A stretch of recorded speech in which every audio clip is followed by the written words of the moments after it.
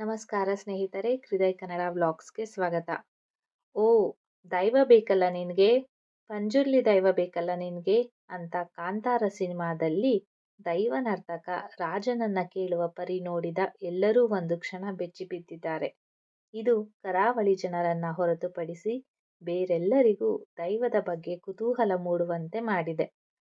ಹಾಗಾದ್ರೆ ಯಾರು ಈ ದೈವಗಳು? ಈ ದೈವಾರಾಧನೆ ಎಂಬ ವಿಸ್ಮಯ ಜಗತ್ತಿನ ಒಂದು ನೋಟವನ್ನ ಈ ವಿಡಿಯೋದಲ್ಲಿ ನೋಡೋಣ. ದೈವಾರಾಧನೆ ಕರಾವಳಿ ಕರ್ನಾಟಕ ಜಿಲ್ಲೆಗಳಲ್ಲಿ ಚಾಲ್ತಿಯಲ್ಲಿರುವ ಆಧ್ಯಾತ್ಮಿಕ ನೃತ್ಯ ಹಾಗೆ ಪೂಜಾ ವಿಧಾನ. ಕನ್ನಡದ ಕಾಂತಾರ ಸಿನಿಮಾದ ನಂತರ ಭೂತಕೋಲ ದೈವಾರಾಧನೆ ಬಗ್ಗೆ ಜನರಲ್ಲಿ ಕುತೂಹಲ ಹೆಚ್ಚಾಗಿದೆ. ದೈವಾರಾಧನೆ ಹುಟ್ಟಿ ಬಂದದ್ದು ಹೇಗೆ? ಹಾಗಾದ್ರೆ ತುಳುನಾಡಿನ ಜನ ದೈವಗಳಿಗೆ ಇಷ್ಟೊಂದು ಮಹತ್ವವನ್ನ ಯಾಕೆ ನೀಡ್ತಾರೆ ಅನ್ನೋದನ್ನ ಈ ವಿಡಿಯೋದಲ್ಲಿ ನೋಡೋಣ.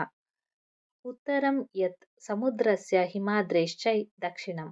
ಈ ಸಾಲು ವಿವರಿಸುವಂತೆ ದಕ್ಷಿಣ ಸಮುದ್ರದ ಉತ್ತರಕ್ಕೆ ಹಾಗೂ ಹಿಮವತ್ ಪರ್ವತದ ದಕ್ಷಿಣಕ್ಕೆ ಇರುವ ಭಾರತ ದೇಶದ ಬೇರೆಲ್ಲ ಪ್ರಾಂತ್ಯಗಳಿಗಿಂತ ನಮ್ಮ ತುಳುನಾಡು ಎಲ್ಲಾ ರೀತಿಯಲ್ಲೂ ವಿಭಿನ್ನವಾಗಿದೆ. ಇಲ್ಲಿನ ಜನರಲ್ಲಿ ದೇವರ ಆರಾಧನೆಯ ಜೊತೆಗೆ ದೈವಾರಾಧನೆ, ಯಕ್ಷಗಾನದಂತಹ ಸಂಸ್ಕೃತಿ ಆಚರಣೆಗಳು ಹುಟ್ಟಿನಿಂದಲೇ ಮೈಗೊಂಟಿಕೊಂಡು ಬಂದಿವೆ. ಅದರಲ್ಲೂ ಇಲ್ಲಿನ ಜನರನ್ನ ಮಾತನಾಡಿಸಿದ್ರೆ ಸಾಕು, ಅವರ ಬಾಯಲ್ಲಿ ಬರುವ ಉತ್ತರ ಒಂದೇ: ಎಲ್ಲವೂ ನಾವು ನಂಬಿದ ಭೂತ, ನಾಗ, ದೈವ ದೇವರುಗಳ ದಯೆ ಅಂತಾರೆ. ದೈವಾರಾಧನೆ ಇಲ್ಲಿನ ಜನರ ಅವಿಭಾಜ್ಯ ಅಂಗವಾಗಿ ಬಿಟ್ಟಿದೆ. ದೈವಗಳನ್ನ ತುಳುನಾಡಿನ ರಕ್ಷಕರು ಎಂದು ಭಾವಿಸಲಾಗಿದೆ. ಇಂತಹ ದೈವಾರಾಧನೆಯನ್ನ ಇಷ್ಟ ಬಂದಂಗೆ ಯಾರ್ ಬೇಕಾದ್ರೂ ನಟಿಸೋವಂತಿಲ್ಲ. ಅದಕ್ಕೆ ಅದರದ್ದೇ ಆದ ಕೆಲವು ಕ್ರಮಗಳನ್ನ ಪಾಲಿಸ್ಬೇಕಾಗತ್ತೆ ಅಂತ ದೈವಾರಾಧಕರು ವಾದಿಸ್ತಾರೆ. ತಲೆತಲಾಂತರದಿಂದ ನಡೆದುಕೊಂಡು ಬಂದಿರುವ ಈ ಆರಾಧನೆ ಕಾಲದಿಂದ ಕಾಲಕ್ಕೆ ಸರ್ವೇ ಸಹಜವಾದ ಅಲ್ಪ ಸ್ವಲ್ಪ ಬದಲಾವಣೆಗಳನ್ನ ಕಂಡಿರಬಹುದಾದ್ರೂ ಕೂಡ ಆರಾಧನೆಯ ಮೂಲ ತತ್ವಕ್ಕೆ ಕುಂದಾಗದಂತೆ ಹಿರಿಯರು ಇದನ್ನ ಪಾಲಿಸಿಕೊಂಡು ಬಂದಿದ್ದಾರೆ. ಇದರ ಪಾವಿತ್ರ್ಯತೆಯನ್ನ ನಾವು ಹಾಳು ಮಾಡಬಾರ್ದು ಅಂತ ಅನೇಕರು ವಾದಿಸಿದ್ದಾರೆ. ಹಾಗೆ ದೈವಾರಾಧನೆ ಒಂದು ಪಾರಮಾರ್ಥಿಕ ವಿಚಾರ. ಪಾರಮಾರ್ಥಿಕ ವಿಚಾರವನ್ನ ತಿಳಿಯಲು ಹೊರಟಾಗ ಅದನ್ನ ಸಾಮಾಜಿಕವಾಗಿ, ರಾಜಕೀಯವಾಗಿ, ವರ್ಗ ಸಂಘರ್ಷದಂತಹ ಲೌಕಿಕ ದೃಷ್ಟಿಕೋನದಲ್ಲಿ ಇದನ್ನ ಅರ್ಥೈಸಿಕೊಳ್ಳಲು ಪ್ರಯತ್ನಿಸುವುದು ಮೂರ್ಖತನ. ಈ ರೀತಿ ನೋಡಿದರೆ ಮತ್ತಷ್ಟು ಗೊಂದಲಕ್ಕೆ ಕಾರಣ ಆಗತ್ತೆ. ಆರಾಧನೆಗಳನ್ನ ಶಾಸ್ತ್ರಗಳ ತಳಹದಿಯ ಮೇಲೆ ನೋಡಿದಾಗ ಮಾತ್ರ ಅದು ತನ್ನ ಒಳಗನ್ನ ತೋರ್ಪಡಿಸುತ್ತದೆ ಅಂತ ದೈವಾರಾಧನೆ ಬಗ್ಗೆ ಬಹಳಷ್ಟು ತಿಳಿದುಕೊಂಡಿರುವ ಶ್ರೀ ವೆಂಕಟೇಶ್ ಕರ್ಕೇರರು ತಮ್ಮ ಪ್ರಜ್ಞಾನಂ ಬ್ರಹ್ಮ ಎಂಬ ಬ್ಲಾಗ್ನಲ್ಲಿ ಬರೆದುಕೊಂಡಿದ್ದಾರೆ. ಇವರ ಪ್ರಕಾರ ದೈವಾರಾಧನೆ ತುಳುವರನ್ನ ಜಾತಿ ಪಂಗಡಗಳ ಭೇದ ಮರೆಸಿ ಒಂದಾಗಿ ಇರಿಸಿರುವ ಅಂಟು. ಇಲ್ಲಿ ಪ್ರತಿಯೊಂದು ಕುಟುಂಬಕ್ಕೂ ಅವರದ್ದೇ ಆದ ದೈವಗಳಿರುತ್ತವೆ. ಆದರೂ ಕೂಡ ತುಳುವರು ತಮ್ಮ ಊರಿನ ದೈವಗಳಿಗೂ ಅಷ್ಟೇ ಶ್ರದ್ಧಾಭಕ್ತಿಗಳಿಂದ ನಡೆದುಕೊಂಡು ಬರುತ್ತಾರೆ. ದೈವಗಳ ಯಾವುದೇ ಕೆಲಸವಿದ್ದರೂ ಸಹ ಎಲ್ಲರ ಒಪ್ಪಿಗೆ ಸಹಕಾರ ಅನಿವಾರ್ಯವಾಗಿರುತ್ತದೆ. ಈ ಮೂಲಕ ದೈವಗಳು ಎಲ್ಲರನ್ನೂ ಒಟ್ಟುಗೂಡಿಸಿವೆ. ಹಾಗಾದ್ರೆ ಈ ನಾಡಿನಲ್ಲಿ ದೈವಾರಾಧನೆಗೆ ಏಕೆ ಪ್ರಾಮುಖ್ಯತೆಯನ್ನ ಕೊಡ್ತಾರೆ ಅಂತ ವಿಷಯಕ್ಕೆ ಬರೋದಾದ್ರೆ, ದೈವಾರಾಧನೆ ಅನ್ನುವುದು ತುಳುನಾಡಿನ ಮೂಲ ಆರಾಧನಾ ಪರಂಪರೆ. ಯಾವ ರೀತಿ ವೇದಗಳು, ಇತರೆ ಆರಾಧನೆಗಳು ಹುಟ್ಟುಕೊಂಡಿದವೆಯೋ ಅದೇ ರೀತಿ ದೈವಾರಾಧನೆಯು ಕೂಡ ಹುಟ್ಟಿಕೊಂಡಿದೆ. ಇದು ಮನುಷ್ಯನ ದೈಹಿಕ ಹಾಗೂ ಮಾನಸಿಕ ವ್ಯಾಧಿಗೆ ಮೂಲ ತುಳುವ ಕಂಡುಕೊಂಡ ವ್ಯವಸ್ಥೆಯೇ ದೈವಾರಾಧನೆ. ಪ್ರಕೃತಿಯಲ್ಲಿನ 108 ವಿಧದ ರೋಗಗಳಿಗೆ ಸಾವಿರಾರು 100ಕ್ಕೂ ಹೆಚ್ಚು ಗಿಡಮೂಲಿಕೆಗಳನ್ನ ಕಂಡುಕೊಂಡು ಅದನ್ನ ಹಾಗೇ ನೀಡದೆ ಅದಕ್ಕೆ ಭಯಭಕ್ತಿಯಿಂದ ಕೊಡಲು ಆರಾಧನೆ, ನಂಬಿಕೆಯನ್ನ ಕಟ್ಟಿಕೊಂಡು ಈ ಆರಾಧನೆ ನಡೆಯುತ್ತಿದೆ. ಇದು ಭೂತಾರಾಧನೆ ಮಾತ್ರವಲ್ಲ, ಸತ್ಯಾರಾಧನೆ ಅಂತ ತುಳು ಅಕಾಡೆಮಿ ಮಾಜಿ ಅಧ್ಯಕ್ಷರಾದ ಹಾಗೆ ದೈವಾರಾಧಕರಾದ ದಯಾನಂದ ಕತ್ತಲ್ ಸಾರ್ ಅವರು ತಿಳಿಸಿದ್ದಾರೆ. ತುಳುವರ ಆಡುಭಾಷೆ ತುಳು. ಈ ಭಾಷೆಗೆ ಸುಮಾರು 2500 ವರ್ಷಗಳ ಇತಿಹಾಸವಿದೆ. ಅಲ್ಲದೆ ತುಳು ಸ್ವಂತ ಲಿಪಿಯನ್ನ ಹೊಂದಿರುವ ಪಂಚ ದ್ರಾವಿಡ ಭಾಷೆಗಳಲ್ಲಿ ಒಂದಾಗಿದೆ. ದೈವಾರಾಧನೆ ಎಂಬುದು ತುಳುನಾಡಿಗೆ ಮಾತ್ರ ಸೀಮಿತವಾದ ಒಂದು ವಿಶಿಷ್ಟವಾದ ಆರಾಧನೆ. ದೈವಗಳ ಆರಾಧನೆಯೇ ಕರಾವಳಿಯ ಬಹುಮುಖ್ಯ ಆಚರಣೆ. ಹಾಗೆ ಕಲೆ ಎಂದರೆ ತಪ್ಪಾಗಲಾರದು. ತುಳುನಾಡಿನ ವಿಶಿಷ್ಟ ಆಚರಣೆಗಳಲ್ಲೊಂದಾದ ನಾಗಾರಾಧನೆಯಂತೆಯೇ ದೈವಾರಾಧನೆಯೂ ಕೂಡ ಒಂದು ವಿಶಿಷ್ಟ ಆಚರಣೆ. ಇಲ್ಲಿ ದೇವರ ಗುಡಿಗಳಂತೆ ದೈವಗಳಿಗೆ ಗುಡಿ ಮಂದಿರಗಳನ್ನು ನಾವು ಕಾಣಬಹುದು. ಇಂತಹ ದೈವಗಳ ವಾಸಸ್ಥಾನಗಳನ್ನು ಭೂತಸ್ಥಾನ, ದೈವಸ್ಥಾನ, ಆಲಡೆ, ಭೂತದ ಕೊಟ್ಟಿಗೆ, ಮಾಡ ಅಂತ ಕೂಡ ಕರೆಯಲಾಗತ್ತೆ. ಈ ದೈವ ಕೋಣೆಗಳಲ್ಲಿ ದೈವಗಳಿಗೆ ಸಂಬಂಧಪಟ್ಟ ಮೂರ್ತಿಗಳನ್ನು ಇರಿಸಿ ಅವುಗಳಿಗೆ ಪ್ರತಿನಿತ್ಯ ಹೂ ಅರ್ಪಿಸಿ ಕಂಚಿನ ಪಾತ್ರೆಯಲ್ಲಿ ನೀರು ಇಟ್ಟು ದೀಪ ಹಚ್ಚಿ ಪೂಜಿಸಲಾಗತ್ತೆ. ಹಬ್ಬ ಹರಿದಿನಗಳಲ್ಲಿ ವಿಶೇಷ ಪೂಜೆ ಹಾಗೆ ಸೇವೆಗಳನ್ನು ನಡೆಸಲಾಗತ್ತೆ. ತುಳುನಾಡ ಜನರು ವರ್ಷಕ್ಕೊಮ್ಮೆ ಅಥವಾ ವಿಶೇಷ ಸಂದರ್ಭಗಳಲ್ಲಿ ಪರ್ವ ಸೇವೆ ಅಥವಾ ಕೋಲನೇಮ ನಡೆಸುತ್ತಾರೆ. ಸೌರಮಾನ ಆಷಾಢದಲ್ಲಿ ದೈವಾರಾಧನೆ ನಡೆಯೋದಿಲ್ಲ. ಈ ಆರಾಧನೆಗಳು ಶೈವ-ಶಾಕ್ತೇಯ ಸ್ವರೂಪದ್ದಾಗಿವೆ. ನಾಗರಿಕತೆ ಆರಂಭವಾಗುವ ಮೊದಲೇ ಆದಿಮಾನವನು ತಮ್ಮ ಸುತ್ತಮುತ್ತಲಿನ ಪ್ರಕೃತಿಯ ನಿಗೂಢತೆಯನ್ನ, ಪ್ರಕೃತಿ ವಿಕೋಪಗಳು, ಪ್ರಾಣಿ ಪಕ್ಷಿಗಳು, ಸರೀಸೃಪಗಳಿಗೆ ಮೂರ್ತ ರೂಪ ಕೊಟ್ಟು ಭಯಭಕ್ತಿಯಿಂದ ನಡೆದುಕೊಂಡು ಬಂದಿದ್ದರು. ಈ ಆಚರಣೆಗಳೇ ಕಾಲಕ್ರಮೇಣವಾಗಿ ಒಂದು ರೂಪ ತಾಳಿ ಮುಂದೆ ನಾಗಾರಾಧನೆ ಮತ್ತು ಅರ್ವಾಚೀನದ ದೇವತಾರಾಧನೆಗಳಾಗಿರಬಹುದು. ಹಾಗಾದ್ರೆ ದೈವ ಅಂತ ಪದ ಹೇಗೆ ಬಂದಿದೆ ಅಂತ ನೋಡೋದಾದ್ರೆ, ದೈವ ಎಂಬುದು ಸಂಸ್ಕೃತದ ದಿವು ಧಾತುವಿನಿಂದ ಬಂದಿರುವಂತಹ ಪದ. ದಿವು ಎಂದರೆ ತೇಜೋಪುಂಜ, ಬೆಳಕು ಹಾಗೆ ಜ್ಯೋತಿ ಅಂತ ಅರ್ಥ.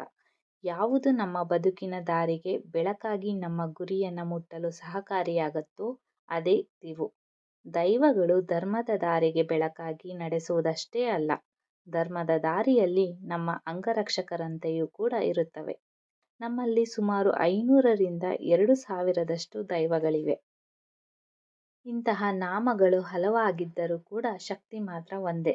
ಹೀಗಾಗಿ ಒಂದೇ ದೈವಕ್ಕೆ ಒಂದೊಂದು ಕಡೆ ಒಂದೊಂದು ಹೆಸರಿನಿಂದ ಕರೆಯುತ್ತಾರೆ. ದೈವಗಳು ತಮ್ಮ ಸ್ವರೂಪ ಮತ್ತು ಪ್ರಾದೇಶಿಕತೆಗೆ ಅನುಗುಣವಾಗಿ ನಾಮಧೇಯಗಳನ್ನು ಹೊಂದಿವೆ. ಇಂತಹ ದೈವಗಳನ್ನು ನಾವು 3 ವಿಭಾಗಗಳಲ್ಲಿ ನೋಡಬಹುದು. ಮೊದಲನೇದಾಗಿ ಪ್ರಾಣಿ ರೂಪದಲ್ಲಿರುವ ದೈವಗಳು. ಉದಾಹರಣೆಗೆ ಹುಲಿ ದೈವ, ಪಂಜುರ್ಲಿ ಅಂದರೆ ಹಂದಿಯ ಭೂತ ಅಂತ ಅರ್ಥ, ಹಾಯಿಗುಳಿ ಹಾಗೆ ನಂದಿಕೋಣ. ಎರಡನೆಯದಾಗಿ ಮನುಷ್ಯರಾಗಿದ್ದು ಅಸಾಮಾನ್ಯ ಶೌರ್ಯ ಸಾಹಸವನ್ನು ಮೆರೆದು ಅಕಾಲಿಕ ಮತ್ತು ಅಸಹಜ ಮರಣ ಹೊಂದಿ ಮೂಡಿದಂತಹ ದೈವಗಳು. ಉದಾಹರಣೆಗೆ ಕಲ್ಕುಡ, ಕಲ್ಲುರ್ಟಿ, ಕೋಟಿ ಚೆನ್ನಯ್ಯ, ಕಾಂತಾಬಾರೆ, ಬುದಾಬಾರೆ ಅನ್ನುವ ದೈವಗಳು. ಇನ್ನು ಮೂರನೆಯದಾಗಿ ವೈದಿಕ ಪುರಾಣಗಳ ಸಂಬಂಧವನ್ನು ಹೊಂದಿರುವ ದೈವಗಳು.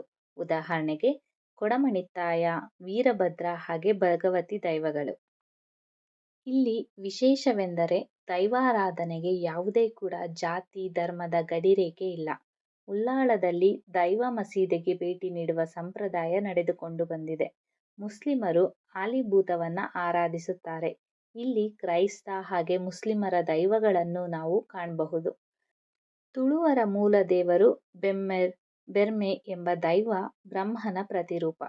ಈ ದೈವಕ್ಕೆ 4 ಮುಖ ಮತ್ತು 4 ಕೈಗಳು.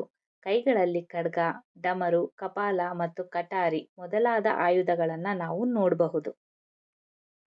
ತುಳುನಾಡಿನಲ್ಲಿ ಆರಾಧಿಸಲ್ಪಡುವ ದೈವಗಳ ರೌದ್ರ ಭಾವನೆಗೆ ಅನುಗುಣವಾಗಿ ಕುಣಿತದ ಮೂಲಕ ಪೂಜೆ ಸಲ್ಲಿಸಲಾಗುತ್ತದೆ.